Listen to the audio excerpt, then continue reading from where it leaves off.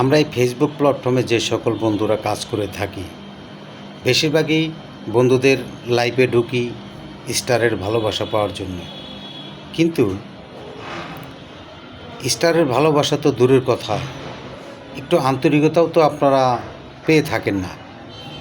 আমি সাধারণ কিছু কথা তুলে ধরি, আমি নামটা বলবো না।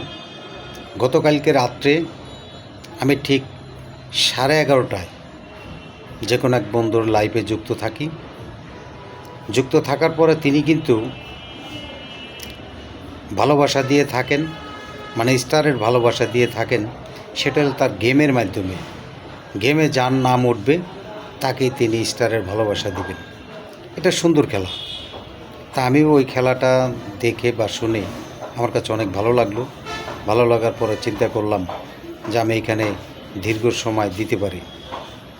দীর্ঘ সময় যখন দিব, আমি কিন্তু কমেন্টের পরে কমেন্ট করে যাচ্ছি। সেই কমেন্টগুলি করে আমার সময় পার হচ্ছে।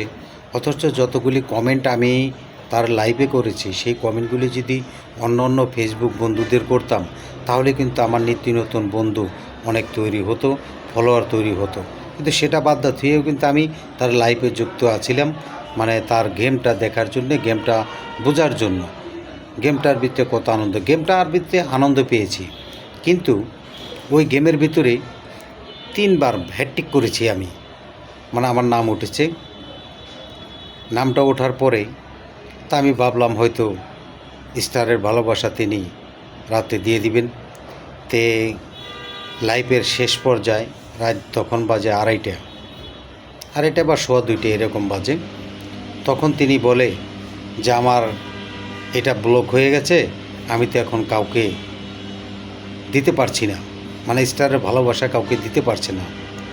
6 ঘন্টা পর হয়তো তার সেই লকটা খুলে যাবে, তারপরে দিতে পারবে।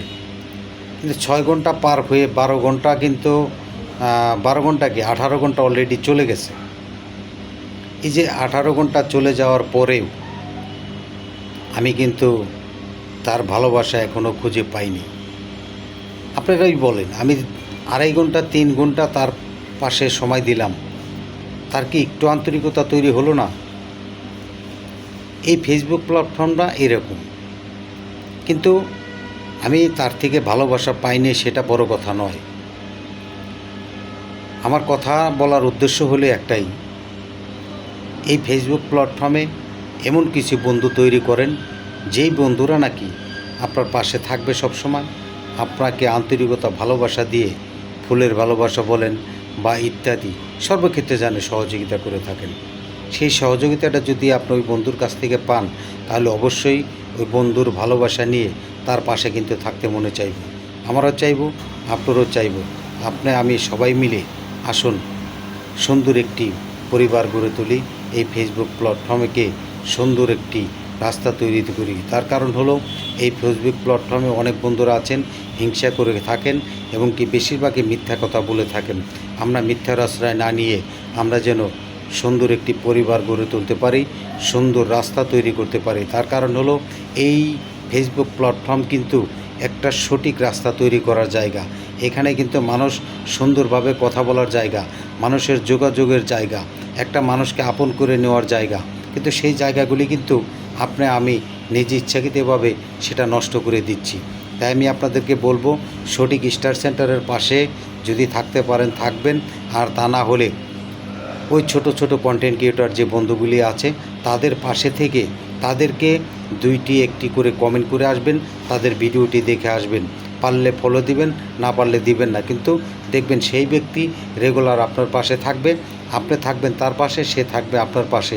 এভাবেই কিন্তু ফেসবুক প্ল্যাটফর্মে এগিয়ে যেতে হবে, এটা আমি মনে করি বা বিশ্বাস করি। আপনাদের সহযোগিতা কামনা করছি। এই ফেসবুক প্ল্যাটফর্মে সুন্দর একটি পরিবার গড়ে তোলার জন্য অবশ্যই একে অপরের সহযোগিতা লাগবে। সবাইকে ধন্যবাদ। আসসালামু আলাইকুম।